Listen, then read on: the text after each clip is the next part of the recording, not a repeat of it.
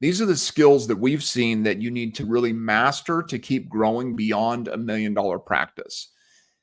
And they're, in typical pastor fashion, we have 3 E's for you as our 3 points here: empowering, equipping, and I just made up a word here and just for fun, efficiencying.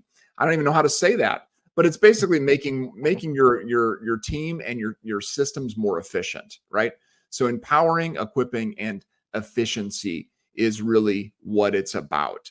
And so Right. let's talk these through, Tony, and really start to unpack what it means to do these with a team at this level. So let's So start with empowering.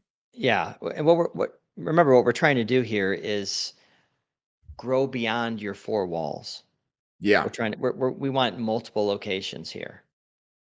If you're going to have that, you need to have people that own it.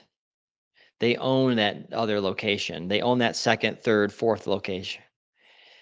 Having an entrepreneur mindset while still being an associate, but like clinic director, there's just that ownership. So it's important for you to remember to empower these men and women, right? To helping them to learn to take responsibility for things, giving them responsibilities in the office um, that are congruent with running a practice, and so giving them, delegating those tasks, keep holding them accountable for those things as well, but delegating those really ownership tasks, and that's part of that empowerment, giving them that responsibility and then holding them accountable to that.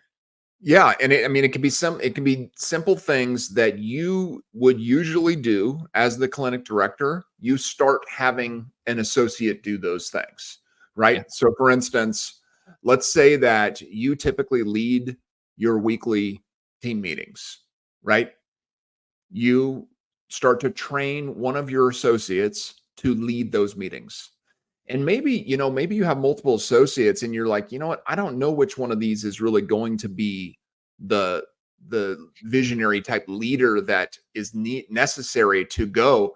Well, try them all. Like try them all in these different things. Like who can talk about, who can lead a meeting, who can train others, who can cast vision, who is that person that Right. has that kind of mentality to be able to do those types of things. Because like Tony said, if you're going to go from beyond $1 million practice, something has to dramatically change within the structure of your practice. Because typically when you build up to $1 million practice, your office location is set up for that practice, right? So it's set up for, say, 2 doctors or 3 doctors or whatever it is, right? And so something has to change. Either you have to move to a bigger space, right? You have to move to a bigger space where you have more space for more doctors, because that is a possible way that you could do that, right? And you could be in practice growth stage 4 and you can have 3, 4, 5 associates True. if you have enough space, Right. right? But sometimes you just have limitations of space. So then it's like, okay, so then what else could we do to keep growing? Well, then it's a matter of opening another location, right? And that's what Tony's saying is you have to start equipping these your associates to be able to run their own office. Is essentially what you're looking for them to be able to do. Is if you open a second location, you don't want to have to try to run both practices, right? You need to have one of your associates. You have to trust them enough to be able to be the clinic director at that second location. And so part of the skill that you're developing is being able to empower others, being able to mentor them, pour into them, and Right. really going into the second one, which is equipping them. So let's talk about that, Tony. Right. So as you start to empower them, you give them responsibilities. Invariably, there's going to be some training opportunities. It's really kind of mentoring, coaching them, filling the gaps, refining uh, communication, vision casting, techniques to hold people accountable. Do you do the weekly meetings? Are you doing monthly check-ins, job scorecards? Have you defined the roles? Are you holding the team accountable are you tracking metrics? All these different things. Like, so these are all different areas that you can equip somebody if there's deficiencies. So as Yeah, you've empowered, you've given them opportunities, there's going to be some weaknesses that are evident. Well, probably just some training is needed there to refine it. absolutely.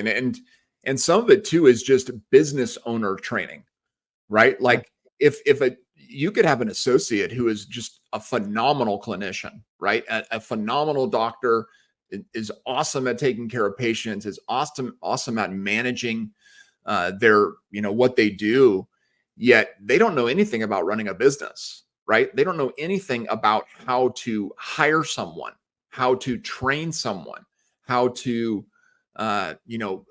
galvanize a team together behind an idea, right? How to even look at the numbers, right? Like how to actually read a P&L, look at a balance Right. sheet, understand your statistics. Like these are things that are necessary to be someone who's running a location, for instance, right? Like if you were going to open a second location, you got to have that person has to be able to look at that type of stuff. They have to know those kinds of things. And so that's part of that equipping is being able to start to train them on what it looks like to run a practice, because that's what you're going to be calling them to do. Right. Right. Do they know how to run the meeting? Do they have the tools, the spreadsheets, the scripts, um, you know, the performance evaluations, all these different things, Yeah, hiring exactly. systems? Yep. And then the last one is the efficiency of the practice, right? That skill you need to master is really being able to identify areas of a lack of efficiency and improving them, right? Yeah. And it could be as simple as, let's look at the flow of our practice. Let's think about how patients move through this practice and where are our inefficiencies, right? At every step of the way.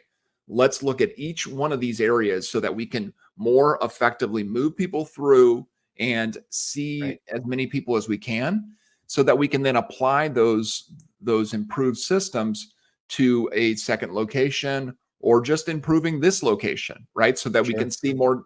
For instance, if it may be that you want to bring on another doctor in the space that you're in, but because everybody's office visits are just taking too long, you, Right. you don't have the space in the rooms that you have. But if you could tighten up each visit a little bit, you would have enough time and space to actually have another doctor in the space that you're in.